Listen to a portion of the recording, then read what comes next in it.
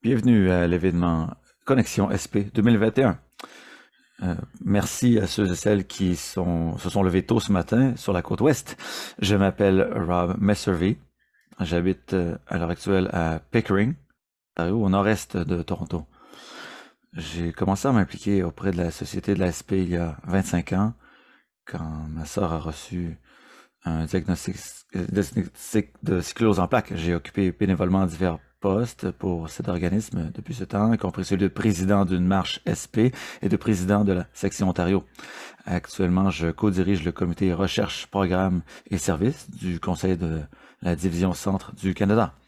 Je suis honoré d'être votre hôte pour la conférence d'aujourd'hui. Connexion SP est un de mes événements préférés. J'ai eu la chance d'animer l'événement Connexion SP qui s'est tenu en 2019 à Ottawa, au Infinity Convention Center, qui a accueilli quelques 230 participants. C'était autant de personnes qu'on a eu ce printemps. Donc, nous ne pouvons pas nous réunir en personne cette année, mais malgré tout, je suis très heureux d'interagir avec vous en ligne. À l'approche du mois de la sensibilisation à l'aspect qui sera lancé le 1er mai, je tiens à remercier personnellement chacun d'entre vous de prendre le temps de vous renseigner auprès de professionnels de santé, de chercheurs qui se dévouent pour aider les autres. Des travaux de recherche parmi les plus prometteurs et innovateurs du monde sont menés au Canada et nous rapprochent d'un monde sans SP. L'année qui vient de passer a certainement faire ressortir des inégalités en matière de santé. J'ai très hâte d'écouter la docteure Dahlia Rothstein qui va nous parler de son étude sur la SP chez les immigrants et les répercussions de l'environnement canadien sur le risque de la SP. Les résultats de ces travaux peuvent nous aider à mieux saisir les facteurs de risque de la SP et déterminer comment prodiguer des soins de qualité aux personnes atteintes de cette maladie dans tout le pays. Avant de présenter notre conférencière, je vais vous transmettre quelques points d'ordre général. Vous pouvez soumettre vos questions à tout moment pendant la conférence à l'aide de la boîte de conversation au bas de l'écran. Joignez-vous à la conversation en ligne et faites connaître vos moments préférés de la séance d'aujourd'hui en publiant un message sur Twitter accompagné du mot-clic Connexion SP. Exprimez-vous en répondant à notre sondage quotidien à partir du compte Twitter à commercial Société SP Canada. Et cette présentation est enregistrée, sera publiée sur le site msconnect.ca. J'ai maintenant le plaisir de vous présenter la docteure Dahlia Rothstein, qui est neurologue à l'hôpital St. Michael's et professeure adjointe de médecine à l'Université de Toronto. À titre de neurologue en milieu hospitalier, elle se consacre sur les cas de personnes vivant avec la sclérose en plaques, ou d'une autre maladie démyélinisante. Elle a par ailleurs participé à la mise sur pied du programme de formation en neurologue intitulé Neurology International Residence Theory Conference and Exchange, NIRVE, en 2019, dans lequel elle agit comme conseillère. Ce programme permet à des résidents en neurologie répartis sur les 5 continents d'accéder à des séances régulières de formation interactive. Et la docteure Rothstein a appris l'existence de la sclérose en plaques en secondaire 1 lorsque sa classe avait participé à un événement de la Société de la SP. Donc, on voit maintenant les effets des expériences précoces dans la vie. Donc, accueillons tous virtuellement chaleureusement la docteure Rothstein. Bonjour à tous de vous être joints à nous aujourd'hui et merci à la Société canadienne de l'ASP pour avoir appuyé cette conférence. Je suis le docteur Dahlia Rothstein. Je vais vous parler aujourd'hui de la CSP chez les immigrants et l'environnement canadien qui constitue un facteur de risque pour développer l'ASP. Cette recherche a été parrainée par la Société canadienne de l'ASP et le CMSC. Voici mes divulgations. Je vais commencer par décrire la distribution mondiale de la SP. Ensuite, nous allons discuter des buts des études de migration dans la SP. Ensuite, on va explorer comment la SP se compare chez les immigrants en Ontario par rapport aux résidents à long terme de l'Ontario. Ensuite, je vais identifier certains facteurs de risque spécifiques aux immigrants. Finalement, on va discuter au Canada pourquoi le Canada est un environnement à haut risque pour la SP. Voici une carte de la distribution mondiale de la SP. On est tous très familiers avec ça l'an passé, avec différentes cartes de maladies, particulièrement dans le contexte de la COVID-19. Mais En ce qui concerne la SP, on peut voir une disparité frappante dans les taux de SP dans le monde. On voit de très faibles taux de sclérose en plaques en Afrique, en Asie de l'Est, Asie orientale, 5 par 100 000 et de risques très élevés dans l'Amérique du Nord et l'Europe. Et le Canada est un des pays où il y a le plus grand taux de sclérose en plaques dans le monde, plus de 200 par 100 000 $. C'est égalé seulement par des pays comme la Scandinavie. Et ce sont là des chiffres très à jour qui proviennent de la 3e édition de l'Atlas Atlas OMS qui a été publié en septembre 2020. Alors, comment expliquer cette distribution mondiale de la SP? Eh bien, une des plus vieilles théories qui revient aux années 20, des années 1900-1920, on parlait qu'il y avait un gradient de latitude qui expliquait cette sensibilité à la SP. C'est parce qu'il y a de taux plus fort de SP à mesure qu'on s'éloigne de l'équateur. Mais on ne savait pas pendant plusieurs années pourquoi c'était le cas.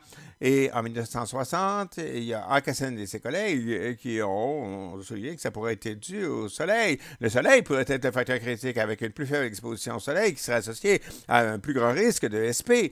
Et finalement, avec les ans, il y a de plus en plus d'éléments de preuve qui suggèrent aussi que la vitamine D, la carence en vitamine D, est associée avec un risque de développer la SP. Et on sait que dans les climats plus chauds, les personnes reçoivent la plupart de leur vitamine D directement du soleil, avec les radiations ultraviolettes du soleil qui sont absorbées par la peau et qui sont converties à la forme active de la vitamine D.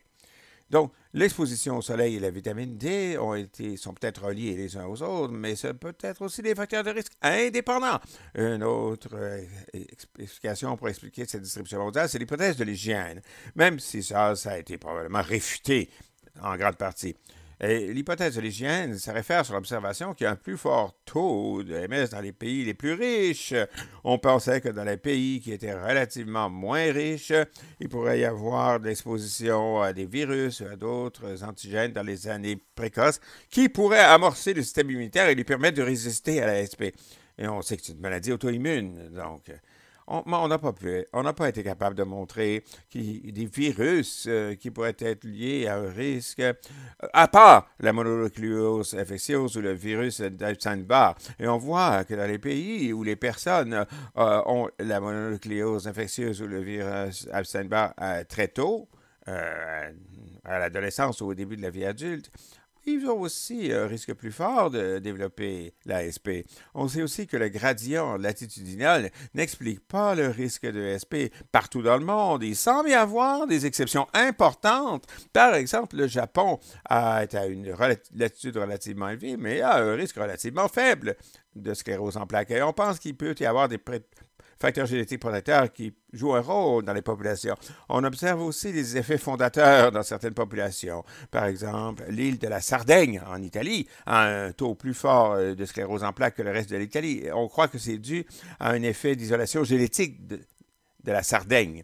Alors, maintenant, quand on regarde dans l'histoire, on pourrait discuter de certaines des premières études sur l'immigration. Et il y a une longue tradition d'études sur l'immigration dans la littérature sur la SP qui peut nous aider à isoler l'importance du facteur environnemental et des facteurs environnementaux au lieu de la génétique pour déterminer le risque de la SP. Alors, une des plus anciennes études date du début des années 60. C'était par Alter et ses collègues. Ils ont examiné le risque de SP chez les immigrants en Israël. Ils ont regardé que les immigrants de l'Europe du Nord avaient des taux plus élevés de développer les SP, beaucoup plus que les immigrants provenant de l'Afrique du Nord. Et une autre étude fondatrice a été publiée par Union et Kurtzky au début des années 70. Dean et Kurtzky ont regardé le risque de ces immigrants qui proviennent en Afrique du Sud qui s'en vont. Ils ont trouvé que les immigrants du Royaume-Uni avaient des risques beaucoup plus élevés de développer la SP que ceux qui avaient grandi en Afrique du Sud. Et ils ont aussi remarqué l'âge de la migration comme un facteur de risque pour la SP. Ils ont trouvé que les immigrants provenant de l'Angleterre qui arrivaient en Afrique du Sud avant l'âge de 15 ans, finalement, avaient un risque plus faible de SP, semblable à ceux qui avaient grandi en Afrique du Sud. Mais ceux qui étaient arrivés du Royaume-Uni après l'âge de 15 ans avaient un risque plus élevé associé avec le Royaume-Uni, leur région d'origine.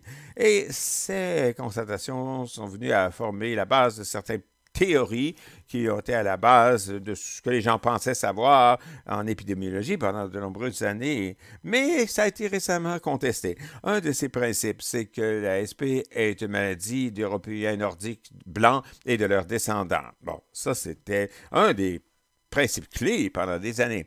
Et quand j'ai pris mes cours en neurologie il y a 10 ans environ, on m'a dit que si tu vois un patient qui n'est pas blanc et qui a des symptômes ou des attaques qui seraient considérés comme typiques de l'ASP, tu devrais y penser à 2 fois. Tu devrais d'abord penser à une autre maladie, un autre diagnostic. Mais ça, depuis, ça a été réfuté. Et même aujourd'hui, on sait que l'ASP peut se produire chez des gens non blancs, particulièrement ici au Canada. Et un autre principe de base, c'est que les immigrants qui émigrent avant l'âge de 15 ans adoptent le risque de leur pays de résidence, mais s'ils émigrent après 15 ans, ils prennent le risque de leur région d'origine. Ça aussi, ça a été réfuté, comme on va en discuter plus tard. Je pense qu'on peut recueillir de l'information de plusieurs sites qui étudient l'ASP chez les immigrants. D'abord, ça nous aide à comprendre des facteurs de risque pour développer l'ASP. On voit qu'ils sont environnementaux et génétiques. Deuxièmement, ça nous permet d'identifier s'il y a une fenêtre d'âge d'exposition environnementale qui pourrait mener à l'ASP. Troisièmement, on peut identifier les populations qui sont à plus haut risque et cibler des initiatives d'éducation et une distribution de ressources en conséquence. Et finalement, ça nous permet d'explorer ce que les immigrants avec l'ASP peuvent connaître, comme quelle est leur position et sur quoi on devrait alerter leurs amis et leurs familles. Moi, j'ai été impliqué dans une grande étude sur le risque de l'ASP chez les immigrants pour les immigrants qui émigrent vers l'Ontario. Et je vais vous expliquer certains de nos buts. Notre objectif premier était de décrire le risque de l'ASP chez les gens qui émigrent en Ontario et comparer ça avec le risque des résidents à long terme de l'Ontario. Nos objectifs secondaires étaient d'investiguer les caractéristiques qui peuvent affecter le risque de l'ASP chez les immigrants, comme le pays d'origine, l'âge à la migration, le statut socio-économique et les comorbidités, c'est-à-dire les autres conditions médicales qu'ils peuvent avoir. Et on a aussi essayé de décrire l'accès au système de santé et les besoins spéciaux, peut-être très différents chez la population d'immigrants avec l'ASP par rapport aux patients qui ont l'ASP en général. Alors, cette étude a eu lieu en Ontario. Je pense que vous êtes tous familiers avec où est l'Ontario. L'Ontario est la province la plus peuplée de l'Ontario avec une population de plus de 13 millions. Et nous avons une population, une cohorte d'immigrants très grande et très diverse, et plus de 2,7 millions sont arrivés depuis 1985. Alors, pour cette étude, nous avons utilisé la base de données électronique de citoyenneté et immigration au Canada qui date jusqu'à 1985. On n'a pas pu avoir accès aux données des immigrants qui sont arrivés avant 1985, mais ça nous donne déjà un bon corpus d'immigrants. Et ça, c'est la plus grande étude à date. Si on regarde même tous les autres pays du monde, sur la question de l'ASP et de l'immigration. On a plus de 500 nouveaux cas de MS qu'on a identifiés dans la population immigrante. Et pourquoi est-ce que c'est important de se concentrer sur l'ASP chez les immigrants? Bien, on sait que plusieurs immigrants sont arrivés au Canada cherchant à avoir une meilleure vie. Et c'est vraiment troublant de voir que les immigrants arrivent ici pour faire une meilleure vie, puis ils développent cette maladie chronique débilitante et ça serait probablement dû en grande partie à l'environnement canadien. Et ça pourrait nous aider à cibler ce groupe spécial de personnes qui ont l'ASP de toutes les façons possibles, particulièrement lorsqu'ils n'ont pas la même structure de soutien que plusieurs autres personnes qui ont l'ASP peuvent avoir. Alors, voici une autre carte qui nous montre d'où les immigrants en Ontario viennent. Ça provient d'une autre étude dans le domaine de la cardiologie et vous pouvez voir en brun foncé les pays qui ont le plus grand nombre d'immigrants qui sont arrivés en Ontario depuis 1985. Vous voyez la Russie, les États-Unis, la Chine, plusieurs pays dans l'Asie du Sud-Est, le Moyen-Orient, Pologne et Roumanie, plusieurs pays d'Europe, Bosnie-Herzégovine, entre autres. Alors, maintenant, on va passer à nos conclusions. On a observé un plus faible risque de SP chez les immigrants par rapport aux résidents à long terme de l'Ontario. Ça n'était pas surprenant parce qu'on sait, comme on l'a dit au début, que le Canada a un des taux les plus élevés de sclérose en plaques dans le monde. Et maintenant, je vais vous expliquer les différents facteurs de risque pour développer l'ASP si vous êtes un immigrant, chez les immigrants qu'on a analysés. Je comprends que ce tableau est un petit peu chargé et les chiffres sont petits, mais je vais vous les lire. Bon. Le premier facteur de risque qu'on a analysé, c'est l'âge à l'arrivée. Par le passé, plusieurs analyses avaient analysé l'âge à l'arrivée d'une façon un peu simplistique. Une fois que l'idée a surgi que 15 ans, c'était le seuil critique pour le risque de sclérose en plaques, la plupart des études ont juste coupé les données en deux, ceux qui ont moins de 15 ans, ceux qui ont plus de 15 ans quand ils sont arrivés au Canada. Et la raison de couper les données de cette façon, c'était dû en partie au petit nombre de personnes. Mais dans notre étude, on a beaucoup plus d'immigrants qui ont eu la SP, on a pu analyser l'âge à l'arrivée d'une façon beaucoup plus nuancée. On a regardé les différentes catégories d'âge. Ici, le rapport de risque, s'il est plus grand que 1, ça veut dire qu'il y a un plus grand risque de développer la SP. Et si le rapport de risque, le RR, est moins que 1, ça veut dire un plus faible risque de développer la SP. Donc, pour chaque catégorie, on regarde l'âge à l'arrivée et on a regardé ceux qui sont arrivés avant 15 ans. On voit que ceux qui étaient dans le groupe d'âge de 17 à 30 avaient 27 % moins de risque de développer la SP que ceux qui étaient arrivés à l'âge de 15 ans et moins. Donc, il y avait une chute dans les risques de SP quand on a regardé les immigrants des plus vieux. Mais ce n'était pas tellement important comme chute de risque après l'âge de 15 ans. Donc, ça implique que l'environnement canadien peut exercer une influence sur le risque de SP, même si vous y avez été exposé à l'âge adulte. Et ça, je pense que c'est une observation importante. On a vu aussi que le genre féminin était associé à un plus haut risque de SP. Et ça, c'est observé dans toutes les populations de patients. On sait que les maladies auto-immunes, en général, sont plus courantes chez les femmes. Ensuite, on a regardé la région d'origine comme facteur de risque pour développer la SP. Et on a vu une différence spectaculaire dans les risques de SP selon la région d'origine. Donc, dans l'Asie orientale, le risque de développer la SP était 85 % moindre que la catégorie de référence qui était les immigrants provenant de pays occidentaux. Cependant, chez les immigrants qui sont arrivés du Moyen-Orient, on a vu un risque plus élevé de développer la SP. Et je pense que ça nous explique, ça souligne l'importance de l'environnement au début de la vie et aussi la génétique comme deux facteurs qui contribuent au risque d'attraper la sclérose en plaques. On a aussi regardé les scores EDG qui sont une mesure du nombre d'autres comorbidités qu'une personne peut avoir. On a vu que le risque de développer la SP augmente lorsque les personnes ont un plus haut nombre d'autres conditions médicales. Et on va en discuter plus tard. Et finalement, nous avons analysé comment le risque pourrait varier selon la durée de la résidence de l'immigrant au Canada. Et on a vu un risque plus élevé, plus ces immigrants avaient passé du temps au Canada. Encore une fois, ça souligne le plus gros risque causé par l'environnement canadien. Alors ici, on a ventilé le risque de développer l'ASP selon le pays d'origine. Dans l'autre diapo, je vous ai montré la région d'origine et non pas le pays. Et les chiffres qu'on voit ici à droite impliquent un plus grand risque de l'ASP par rapport à une catégorie de référence qui est le Royaume-Uni. Et à gauche, on voit des pays qui ont un plus faible risque de SP par rapport aux immigrants provenant du Royaume-Uni.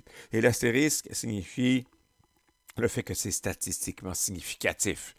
Alors, on voit un risque significativement plus grand pour ceux qui arrivent de l'Iran, du Liban et de l'ex-Yougoslavie. Iran, Liban et ex-Yougoslavie. Et c'est drôle d'observer que c'est des zones de conflit. On se demande bien, est-ce qu'il ne pourrait pas avoir une exposition toxique associée à la guerre ou peut-être des traumatismes physiques ou psychologiques qui peuvent avoir une influence sur le risque de SP chez ces populations d'immigrants provenant de pays en guerre. On voit aussi plus fort risque chez les immigrants provenant des États-Unis par rapport à ceux qui viennent de l'Angleterre est beaucoup plus faible de développer la MS chez les immigrants de différents pays d'Asie du Sud-Est et aussi de la Chine. Et il y avait une étude antérieure à Norvège où ils ont aussi examiné le risque de développer la SP selon le pays d'origine. C'était une étude plus petite avec seulement 230 cas de SP chez les immigrants, mais ils ont identifié certaines des tendances qui sont les mêmes pour les pays à faible risque et à haut risque. Ils ont vu que les immigrants provenant de l'ex-Yougoslavie et de l'Iran, par exemple, ainsi que certains pays de l'Europe du Nord, avaient des risques plus élevés de développer la sclérose en plaques que les immigrants qui arrivent de plusieurs pays de l'Asie du Sud-Est et de l'Afrique.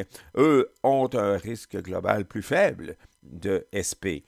Alors, les nouvelles constatations, ce qu'il y a de nouveau dans notre étude, c'est qu'on n'a pas observé de seuil fixe de susceptibilité à l'environnement canadien. On a vu que l'ASP augmente selon la durée du séjour au Canada et on a vu qu'il y a des risques particulièrement élevés chez ceux qui arrivent du Moyen-Orient, de l'Europe et des États-Unis. Et finalement, les comorbidités ou les autres conditions médicales ont été associées avec un plus fort risque de l'ASP. Et plus tard, on va regarder quelles conditions médicales ont été associées avec un risque au moment du diagnostic de l'ASP. Alors, je pense que les études sur les deuxièmes générations d'immigrants peuvent nous donner des informations importantes. On n'a pas encore regardé ça au Canada, mais je suis intéressé à le faire à l'avenir. Ça a été étudié dans plusieurs pays scandinaves, y compris le Danemark, la Norvège et la Suède. Mais essentiellement, on sait que la charge génétique est relativement constante d'une génération à l'autre parce que l'évolution fonctionne sur une échelle de temps beaucoup plus longue. Alors, quand on voit un saut spectaculaire dans le risque de SP des immigrants vers la deuxième génération ou vers leurs enfants, ça implique une influence primaire de facteurs de risque environnementaux. Et en fait, comme on l'a observé, c'est ça qui a été observé dans la deuxième génération des immigrants au Danemark, en Norvège et en Suède. Alors, ils ont regardé des groupes où les parents avaient un faible risque de développer l'ASP. Les parents étaient des immigrants de l'Asie du Sud-Est et ils ont constaté un risque beaucoup plus élevé de sclérose en plaques dans la deuxième génération. Au Danemark, ils ont identifié un fort risque dans la deuxième génération d'immigrants provenant particulièrement du Pakistan, où le risque était même plus élevé que bien d'autres. Et en Norvège, ils ont vu des effets semblables avec des immigrants de deuxième génération provenant du Pakistan qui avaient un risque beaucoup plus élevé de développer l'ASP. En Suède, ils ont observé que les immigrants de la deuxième génération provenant de l'Iran avaient un risque plus fort de développer l'ASP que les Suédois natifs. Ceci renforce que l'exposition environnementale est un des facteurs de risque les plus importants pour l'ASP. Quel rôle est-ce que la génétique joue dans tout ça? Il y a eu plusieurs études qui nous ont menés à établir cela. C'est une diapo résumée que j'ai volée de chez healthline.com. Dans ma pratique, plusieurs patients me demandent quel est le risque que leurs enfants, leurs frères, leurs sœurs vont développer l'ASP parce qu'eux ont la maladie. Et heureusement, ça va être relativement rassurant. Les études suggèrent que si vous avez un parent, un frère, une sœur qui ont l'ASP, vous avez 1 à 3 de chances de développer la maladie. Bon, c'est un faible risque en général, mais c'est un petit peu plus élevé que le risque de la population générale, cependant. Et d'un point de vue classique, le type d'étude qui est faite pour déterminer si une maladie est surtout héréditaire ou pas, c'est des études sur les jumeaux identiques. Donc, on sait que les jumeaux identiques ont 100% les mêmes gènes ou le même ADN. Alors, dans une maladie parfaitement héréditaire, si un des jumeaux identiques a la maladie, alors il y a 100% de chances que l'autre jumeau va l'avoir. Mais quand on a fait les études sur jumeaux identiques sur la sclérose en plaques, on a trouvé qu'il y avait 30% de risque de développer l'ASP chez le jumeau identique. Donc, bon, c'est quand même important, là, mais ça nous dit que les gènes jouent un certain rôle, mais la majorité du risque est définie par l'environnement. Alors, pourquoi est-ce que l'environnement canadien est à si haut risque pour développer l'ASP? Bien, on sait que nous avons une assez faible exposition au soleil ici par rapport à des pays qui ont des climats plus chauds. Et on sait aussi que l'exposition au soleil est accompagnée souvent de déficiences ou carences en vitamine D si on n'est pas assez exposé. Je vais avoir une autre diapo là-dessus plus tard. Un autre facteur critique qui peut changer avec le temps chez les immigrants, c'est que leur régime alimentaire va peut-être changer après qu'ils soient arrivés en Amérique du Nord. On sait que on a souvent des régimes alimentaires plus forts en aliments gras et la disponibilité des aliments est peut-être différente de celle dans les pays où ils viennent. Et ça peut mener à l'obésité. Il y a plusieurs études qui suggèrent que l'obésité augmente le risque de développer la sclérose en plaques. Et il y a peut-être d'autres raisons qui expliquent pourquoi l'environnement canadien est à haut risque qu'on n'a tout simplement pas encore découvert. Et je pense que c'est important qu'on continue de faire de la recherche dans ce domaine.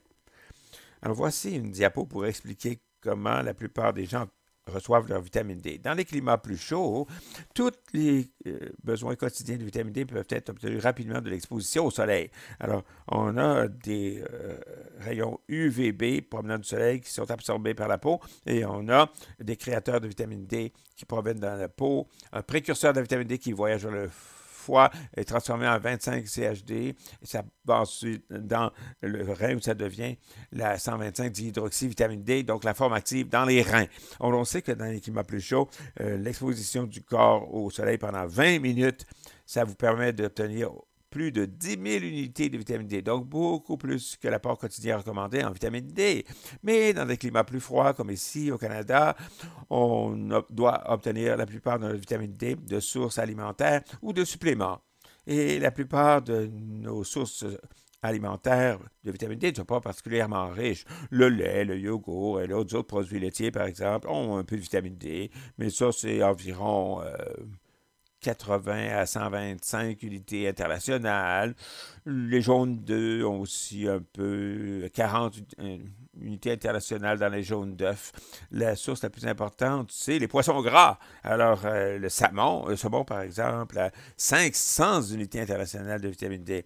Et l'huile de foie de morue a 13 600 unités internationales de vitamine D, mais la plupart d'entre nous, on ne mange pas des cuillerées pleines d'huile de foie de morue tous les jours. Ce qui est intéressant, on pense qu'une des raisons pour lesquelles les Inuits au Canada ont peut-être beaucoup moins de risques de sclérose en plaques que la population générale, mais c'est ce qu'on a observé d'ailleurs, c'est à cause de leur régime alimentaire. Ils ont un régime alimentaire très riche en poissons gras. Voici les apports quotidiens recommandés de vitamine D selon les lignes directrices qui ont été développées par la Société canadienne de l'ASP. On voit que la quantité recommandée varie selon l'âge, mais pour des personnes de 9 à 70 ans, il est recommandé que les gens consomment ou acquièrent environ 600 unités internationales de vitamine D. Et pour ceux qui ont déjà l'ASP, d'habitude, moi, je recommande, comme d'ailleurs plusieurs de mes collègues, d'aller jusqu'à la dose maximum de 4000 unités internationales. Et la raison, c'est que après plusieurs études qui ont été faites chez les personnes qui ont déjà l'ASP, on a montré que maintenir de hauts niveaux de vitamine D peut protéger contre de nouvelles poussées et peut protéger comme une nouvelle accumulation contre les handicaps physiques et de l'ASP à long terme. Quelques conseils maintenant. Les suppléments et les aliments fortifiés doivent être pris avec un repas fort en bon gras, c'est-à-dire que ça va aider l'absorption de la vitamine D de ces gras-là. Et si vous consommez vos suppléments de vitamine D avec des aliments en plus de ça, vous pouvez prendre de la vitamine D à n'importe quel moment de la journée également. Donc, on a parlé un peu auparavant de la façon dont le régime alimentaire et l'obésité peuvent affecter le risque de ESP. Il y a eu plusieurs études qui l'ont démontré, mais je veux simplement vous en montrer une. C'est une étude génétique. Donc, c'était une très grande cohorte et essentiellement, les auteurs ont enquêté et ont identifié les gènes qui mènent à l'obésité. Ils se sont aperçus que les personnes qui avaient une forte charge de ces gènes qui mènent à l'obésité ont aussi un beaucoup plus grand risque de développer l'ASP avec le temps. Et il y a eu plusieurs autres études qui ont lié l'obésité avec le risque de l'ASP, même si les éléments probants semblent plus forts pour dire que l'obésité, surtout à la fin de l'enfance et au début de l'adolescence, est associée avec le risque de l'ASP. C'est pas aussi clair si l'obésité adulte est aussi associée à un risque de développer l'ASP, mais on s'attend qu'il va y avoir de la recherche dans ce domaine dans les années à venir. Alors, comment est-ce que l'obésité peut affecter le risque de l'ASP ou d'autres maladies auto-immunes? Voici juste un résumé rapide sur cette diapo. Ça peut se passer de plusieurs façons. Une, c'est que les tissus adipeux, les tissus gras, semblent augmenter la production de cellules immunitaires pro-inflammatoires, y compris les cellules TH17. On sait aussi que certaines de nos cellules immunitaires régulatoires, comme les macrophages, sont réduites quand on a de l'obésité. Et donc, on a moins de macrophages, on peut avoir plus de formation d'auto-anticorps. L'obésité elle-même semble associée avec des plus hauts niveaux des cellules leucocytes TH17 qui sont pro-inflammatoires, même indépendamment de tous ces autres effets. On sait que l'obésité est aussi associée avec les carences en vitamine D. Et la vitamine D a plusieurs effets immunitaires importants sur le corps, y compris qu'ils aident à réguler la production d'anticorps et aussi certaines de ces lymphocytes T qui sont pro-inflammatoires. Et finalement, on sait que la consommation d'aliments gras a des effets sur notre microbiome intestinal. Et le microbiome intestinal contient des milliards de micro-organismes qui existent dans notre intestin et qui aident à la digestion des aliments. Et on sait qu'il y a une signature du microbiome unique chez les personnes qui ont des maladies auto-immunes. Et on sait qu'il y a différents micro-organismes dans l'intestin qui contribuent aussi à réguler ces différentes cellules immunitaires inflammatoires. Alors, qu'est-ce qu'on peut faire ici au Canada pour diminuer le risque de sclérose en plaques? Eh bien, profiter du soleil, mais en toute sécurité. Bien sûr, après quelques minutes, 20 minutes au plus au soleil, il faut s'assurer qu'on utilise un écran solaire. Mais on pense qu'une certaine exposition au soleil contribue de façon importante à diminuer le risque de SP. Ça peut être difficile d'avoir tous les besoins de vitamine D dans nos aliments. Alors, prendre des suppléments de vitamine D, ça peut beaucoup aider. Finalement, on n'en a pas parlé encore, mais le tabagisme est un autre facteur de risque important pour le développement de la SP qui a été identifié. Alors, vous pouvez éviter la fumée secondaire de tabac ou si vous êtes déjà fumeur, essayez d'arrêter de fumer et finalement manger un régime sain pour maintenir un poids santé. C'est aussi quelque chose qui contribue, parce que l'obésité contribue à développer la SP. On a regardé différentes conditions médicales associées avec les risques de SP chez notre cohorte d'immigrants. On s'est aperçu qu'il y avait probablement beaucoup de maladies, de conditions qui sont plus communes chez les gens au moment du diagnostic de SP et ces mêmes affections sont plus courantes dans la population générale qui a la SP par rapport à ceux qui n'ont pas la SP. Alors, il y a probablement certains facteurs de risque communs entre toutes ces conditions et aussi pour la SP. Par exemple, vous avez une plus forte prévalence de certaines maladies associées avec l'obésité, comme le diabète, le MPOC, la pression artérielle forte, les maladies cardiaques ischémiques. On voit aussi un plus fort risque de MPOC, c'est une condition pulmonaire associée au tabagisme chez les gens qui ont eu un diagnostic de sclérose en plaques. Certains de ces effets sont peut-être dus à des risques communs. Une autre observation intéressante, c'est qu'on a vu des taux plus élevés d'autres maladies neurologiques au moment du diagnostic de l'ASP par rapport au reste de la population immigrante. Alors, on a vu plus d'épilepsie, par exemple, plus de convulsions, on a vu plus de migraines, aussi toutes sortes de troubles mentaux comme la dépression chez les immigrants au moment de leur diagnostic de SP. Et on sait que il y a des phases précurseurs de la MS. Plusieurs études ont montré au cours des dernières années qu'il y a plusieurs symptômes qui précèdent, qui sont avant-coureurs de la première attaque, de la première poussée de SP plusieurs années auparavant. Si on peut identifier ça très tôt, ça pourrait peut-être faciliter un diagnostic plus précoce de l'ASP. On pense aussi que l'identification précoce d'autres conditions médicales peut être un élément clé pour améliorer l'évolution de l'ASP à long terme. Ces conditions, si elles sont identifiées, sont traitées, on sait que ces maladies peuvent empirer les résultats des personnes qui ont l'ASP et on peut aider donc les gens peut-être dans la population générale qui a l'ASP ainsi que dans la population des immigrants qui a l'ASP, on peut les aider en identifiant ces conditions le plus tôt possible. On voulait regarder d'autres enjeux reliés à l'accès aux services de santé chez les immigrants qui ont l'ASP. Alors, on a regardé en général l'accès aux services ambulatoires et l'accès et les admissions en l'hôpital aussi. On a vu en général que les immigrants qui ont l'ASP utilisent le système de santé un peu moins peut-être que les résidents à long terme de l'Ontario qui ont l'ASP. Mais un enjeu particulier qui a été identifié, c'est que lors de l'année du diagnostic, on a observé un plus gros taux d'admission à l'hôpital chez les immigrants par rapport aux non-immigrants qui ont l'ASP. Et on pense que ça suggère que l'année du diagnostic peut être une période pas mal vulnérable pour les personnes qui ont l'ASP. Ils ont besoin de soutien supplémentaire pendant cette période. On ne sait pas exactement pourquoi c'est le cas. Ça peut être dû au fait qu'ils ont une poussée plus grave de leur ASP au début, ou ça peut être le manque de soutien social au Canada. Mais quoi qu'il en soit, je pense que les médecins, les amis, la famille devraient, lorsque vous êtes ami avec une personne qui a l'ASP, il faut porter une attention particulière à ces personnes pendant la première année très difficile après le diagnostic de sclérose en plaques. On a regardé aussi la mortalité chez les immigrants qui ont l'ASP. On a vu quelque chose d'assez semblable. Donc, il y a un plus gros rapport de risque. Ça veut dire, si c'est plus grand que 1, ça veut dire un risque plus élevé de mortalité. On a vu un risque de mort plus élevé associé avec plusieurs facteurs de risque par rapport à la population générale. Par exemple, un plus fort risque de décès chez les hommes par rapport aux femmes, plus gros risque de décès chez les personnes qui ont un faible statut socio-économique. Mais une chose inattendue, c'est qu'on a vu un taux de décès plus évident chez les immigrants que chez les non-immigrants dans leur première année de diagnostic, ce qui souligne le fait que ça doit être une période particulièrement vulnérable pour les immigrants qui ont la sclérose en plaques. Ils ont probablement besoin de soutien supplémentaire.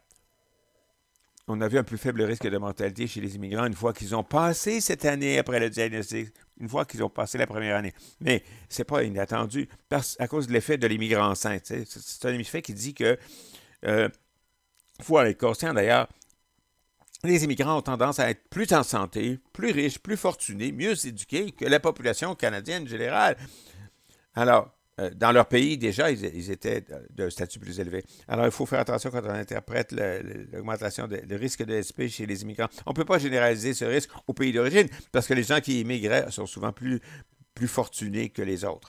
Un autre aspect important auquel il faut penser, cette fenêtre critique d'exposition aux différents facteurs environnementaux nuisibles qui augmentent l'ASP peut dépendre des différents facteurs de risque impliqués. Alors peut-être que certaines des différences qu'on observe dans notre recherche par rapport aux études anciennes, c'est peut-être dû au fait que il y a différents facteurs de risque individuels qui sont étudiés. Il faut étudier les différents facteurs de risque de l'ASP dans les différentes études. Et selon l'étude, il y a souvent des limitations quant aux sources de données. Donc, à l'avenir, quand on va faire des recherches supplémentaires sur les risques de SP chez les immigrants, on voudrait contrôler pour des facteurs de risque de SP connus, y compris le statut de la vitamine D, l'obésité, le tabagisme et la race. Et ces facteurs peuvent aider à clarifier les raisons pour lesquelles on voit une grosse augmentation de différences intergénérationnelles quant au risque de SP. Et finalement, des études génétiques et épigénétiques fournissent de l'information importante sur la population immigrante qui peut nous aider à prédire le risque chez les membres de la famille, par exemple, de la famille de personnes qui ont la SP. Et épigénétique, ici, ça veut dire un phénomène par lequel des facteurs environnementaux et génétiques peuvent interagir directement et s'exacerber les uns les autres. Il y a eu des recherches constantes dans ce domaine de l'épigénétique au cours des dernières années. Alors, pour résumer, on sait que le Canada est un environnement à très haut risque pour la sclérose en plaques. On a vu de nos études sur l'immigration que la sclérose en plaques est un risque pour toutes les personnes qui vivent au Canada, peu importe d'où ils viennent, quelles sont leurs origines ou leur contexte. On sait qu'il y a différents facteurs de risque pour le développement de la SP chez les immigrants et ça peut nous aider à cibler des initiatives éducationnelles et des interventions chez les groupes à plus haut risque, qui incluent les pays qui viennent du Moyen-Orient ou les personnes qui viennent du monde occidental. Ça dépend de l'âge à l'immigration. Si vous êtes arrivé jeune, c'est un facteur de risque d'avoir la SP au Canada. Les femmes, à être de genre féminin, et la durée de résidence dans l'environnement canadien sont aussi des facteurs. Il y a aussi certaines stratégies importantes pour réduire le risque de SP, y compris l'exposition au soleil, les suppléments de vitamine D, arrêter de fumer et maintenir un bon poids santé. J'aimerais aussi ici reconnaître mes collaborateurs dans cette recherche et nos sources de financement, y compris la Société canadienne de l'ASP. Et je vous remercie tous de votre attention. Nous aurons du temps pour des questions. Excellent. Ça a été super, une excellente présentation. Merci, Dr. Rothstein. Nous avons reçu tellement d'informations aujourd'hui et ce que je voulais dire pour ceux et celles qui ont des questions, avant qu'on passe aux questions, en fait, l'importance que je comprends de ce que je comprends de la présentation, c'est que l'importance, c'est un diagnostic précoce. C'est très important et s'assurer aussi qu'il y a un soutien aux personnes qui vivent avec la SP. Donc, vous avez entendu parler de certains facteurs de risque, le genre de la personne, l'origine de la personne, ainsi que les personnes qui ont passé plus de temps dans les zones de conflit, ensuite l'isolement génétique, et ce type d'information nous est très utile. Maintenant, je voudrais dire aux gens sur l'appel que nous avons le temps de répondre à vos questions. Et il y a quelqu'un qui a déjà posé une question. En fait, il y a une boîte de conversation au bas de votre écran. Nous allons attendre que les gens écrivent plus de questions. Donc, j'ai quelques questions de mon propre cru. Donc, premièrement, vous vous êtes penché sur l'origine des immigrants partout dans le monde. Qu'est-ce que vous avez apprécié le plus dans votre recherche sur ce domaine bien précis et quels ont été les défis auxquels vous avez fait face? Oui, bien sûr. Merci, premièrement, de m'avoir invité aujourd'hui et merci à l'auditoire de m'avoir apporté son attention. Donc, je crois que c'est une bonne question. Je crois qu'un des aspects que j'aime bien de la recherche en général, c'est l'occasion de travailler avec une équipe de personnes qui, en fait, chaque individu a ses forces et on contribue à ce projet. Je crois que au Canada, on a l'occasion d'avoir un milieu de recherche très riche. Je crois que c'est important de se pencher sur les risques de la SP et aussi les incidences de SP chez des gens d'origines différentes. Au Canada, nous avons un régime d'assurance maladie centralisé, nous avons des dossiers médicaux centralisés, donc nous avons beaucoup d'informations que nous pouvons utiliser. Nous avons aussi une société riche et multiculturelle, donc on peut faire des études sur la façon dont les personnes d'origines différentes, d'origine génétique différentes peuvent réagir à la sclérose en plaques. Et je crois que aussi ça a des effets importants dans notre système canadien sur les soins qu'on peut offrir aux gens. Il y a des pays dans lesquels on n'a jamais entendu parler de la sclérose en plaques. Peut-être parce que c'est moins courant, aussi parce que c'est sous-diagnostiqué. Et quand ils arrivent au Canada, peut-être que le risque de contracter la SP peut augmenter. Et je crois que c'est important de fournir de l'éducation, de la sensibilisation, que les gens sachent que les gens qui ne sont pas blancs peuvent aussi contracter la sclérose en plaques. Donc, je crois qu'il y a un point de vue éducationnel ici qu'il faut faire. Et aussi, la première année après le diagnostic, c'est une période vulnérable pour les immigrants vivant avec la SP. Donc, en sachant tout ça, on peut offrir aux immigrants un soutien accru pendant cette période. Merci de votre réponse. Une question de Darcy à Toronto. Quelle forme de SP est plus prévalente chez les immigrants ayant la SP? Oui, c'est une très bonne question et je n'ai pas de réponse toute faite pour vous. Vous savez peut-être qu'il y a différentes formes cliniques de la SP. Donc, la plupart des gens ont une sclérose en plaques récurrente.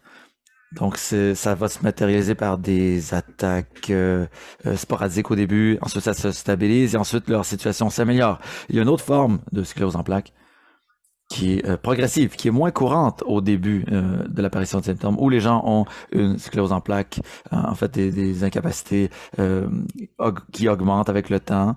Et ça, c'est ce qu'on voit chez les gens, en fait, au début par contre, parfois. Donc, peut-être que la SP progressive est en fait, surreprésentée dans certaines populations en fonction de l'environnement dans lequel ces populations ont grandi.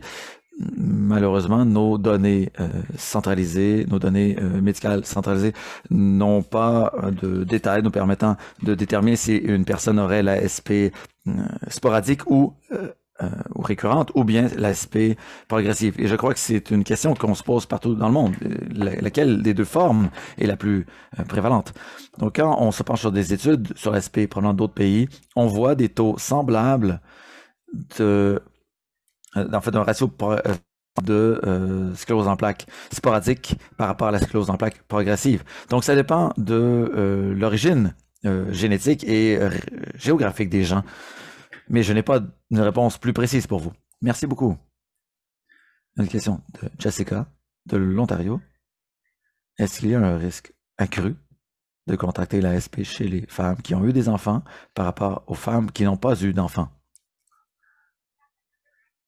C'est une autre très bonne question.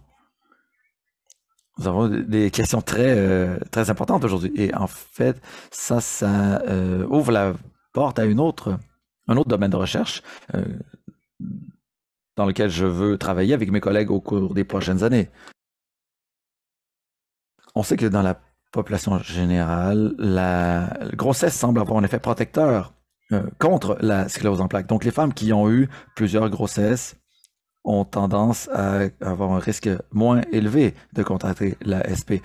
Et on voit la même chose chez les immigrantes, mais on n'a pas pu se pencher sur ça dans nos études. Mais je crois que c'est quelque chose qu'il va falloir étudier à l'avenir. Excellent, merci beaucoup. Une autre question Vous avez parlé de recherche que vous pourriez faire à l'avenir. S'il y a un domaine particulier de recherche dans lequel vous voulez vous lancer, quel serait ce domaine de recherche? Ou quels seraient les domaines de recherche que vous voulez étudier davantage? Je crois qu'un des aspects importants de la sclérose en plaques qu'on a découvert au cours des dernières années, c'est l'importance d'un diagnostic précoce. Et on sait qu'en commençant les thérapies avec médicaments modificateurs de l'évolution de l'ASP tôt, ça a un effet positif. Donc, on reconnaît maintenant que les symptômes de la SP peuvent commencer des années avant le diagnostic. Et ça, c'est peut-être parce qu'il y a d'autres symptômes qui nous indiquent que quelque chose se passe dans le système immunitaire, mais c'est peut-être parce que la sclérose en plaques pourrait s'être présentée de façon plus subtile et qu'au début, on confond ces symptômes avec des symptômes d'une autre maladie. Donc, j'aimerais me pencher davantage sur cette question. On aimerait aussi faire une étude là-dessus chez la population immigrante. On croit que les immigrants qui contractent la SP ont déjà beaucoup d'autres problèmes de santé à l'époque où ils se font diagnostiquer. Donc, on pourrait trouver des facteurs de risque supplémentaires. Un autre domaine de recherche qui m'intéresse, c'est la différenciation de la sclérose en plaques d'autres maladies déliminantes. Donc, on croit que la maladie optique déliminante pour la démyélinisante pourrait s'apparenter un peu à la SP. En fait, on faudrait pouvoir détecter ce type de maladie très tôt pour lancer la thérapie plus tôt, justement, de façon plus précoce, chez les gens qui vivent avec la SP ou autres. Mais je crois qu'on est sur la bonne voie. Donc oui, évidemment, il y a beaucoup d'autres recherches qui devront être faites pour étudier ces questions que vous évoquez aujourd'hui. Ça sera plus facile à comprendre. Une question sur la vitamine D. Vos études se sont penchées sur la métabolisation de la vitamine D provenant du soleil et des effets de la vitamine D sur le système immunitaire.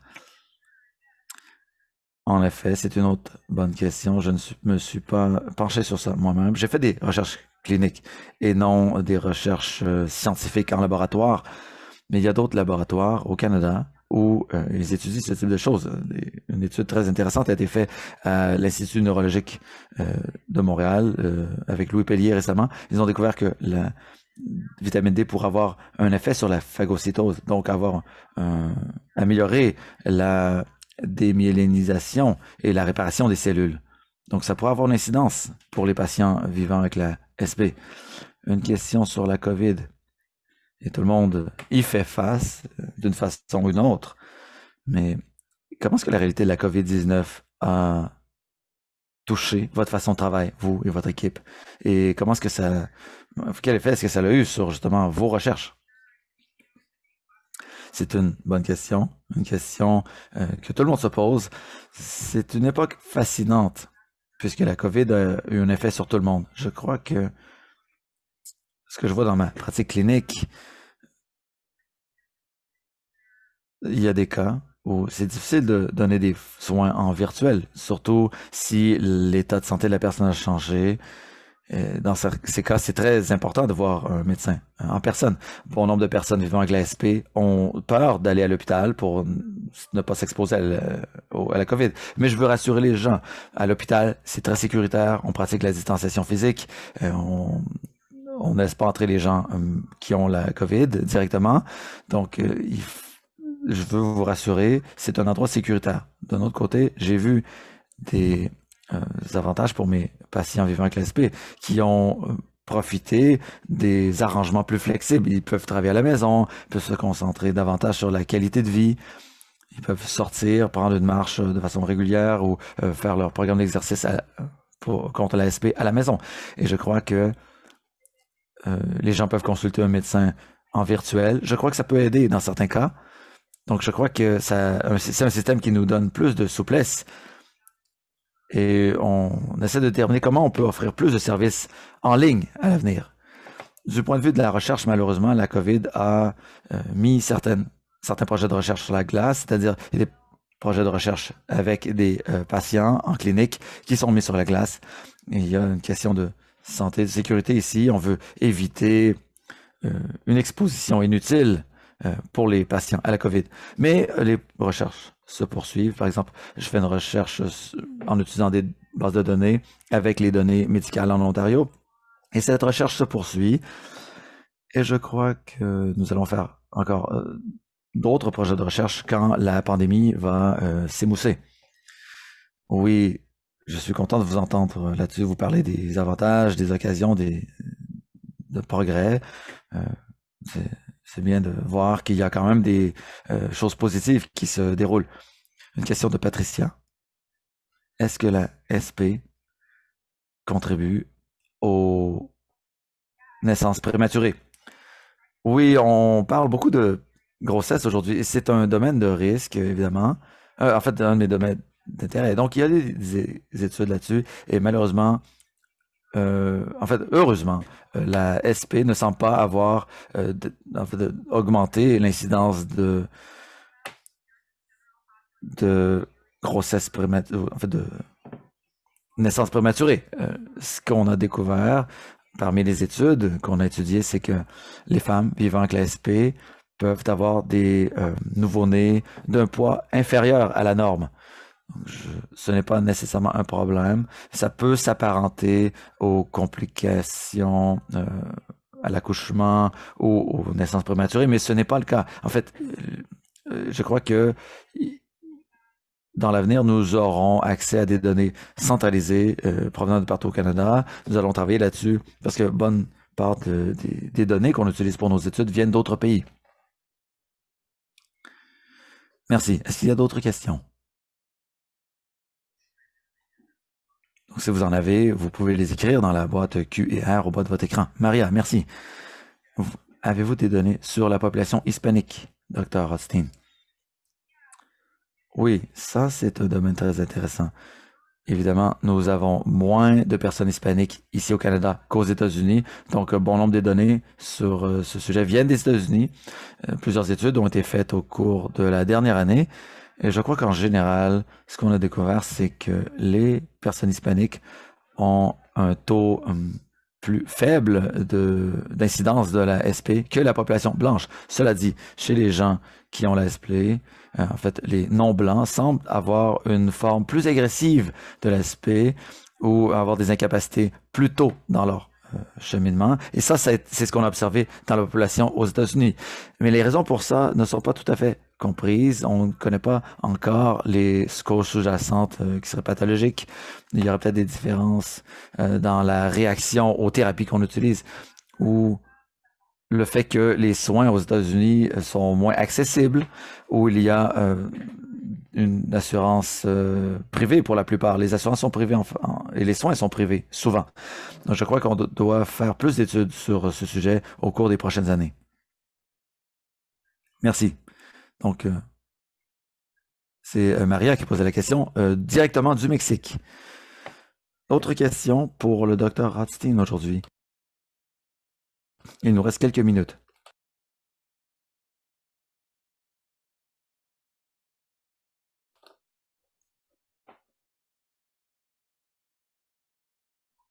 D'accord. Donc, merci énormément, Dr. Rothstein, de votre présentation et d'avoir été des nôtres aujourd'hui. Je veux remercier à tous et à toutes d'avoir été des nôtres. Oh, il y a une dernière question qui est arrivée dans la boîte questions-réponses. Est-ce que le risque de contracter la SP est plus élevé chez les personnes dont un membre de la famille a déjà la SP? La réponse, c'est oui.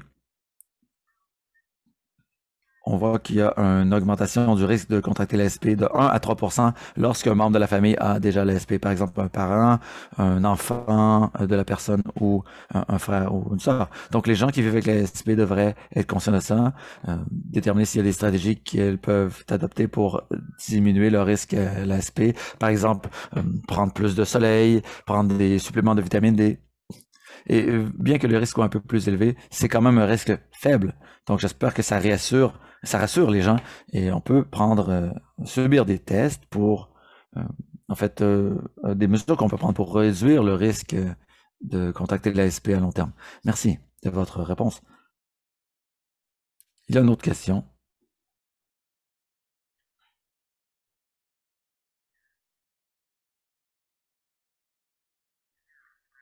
Est-ce qu'il y a un facteur de risque, en fait, pour que les personnes vivant avec l'ASP contractent la COVID plus facilement ou en subissent les conséquences plus durement?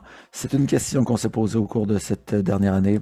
À l'origine, on n'avait pas de données pour nous éclairer les choses, mais des études ont été faites chez des populations vivant avec l'ASP dans différentes parties du monde. Donc, je peux vous dire avec grande confiance qu'on ne voit pas d'augmentation des conséquences de la COVID chez les personnes vivant avec l'ASP et on ne voit pas plus de conséquences graves chez les gens vivant avec l'ASP. Il y a des facteurs de risque provenant de la COVID qui, en fait, les facteurs de risque sont l'âge avancé, une personne qui aurait déjà une incapacité physique, les gens qui sont obèses ou qui ont une masse corporelle plus élevée risquent davantage d'avoir une forme grave de la COVID, mais ça, c'est dans la population générale. Et il n'y a pas de différence avec la population vivant avec l'ASP. Merci.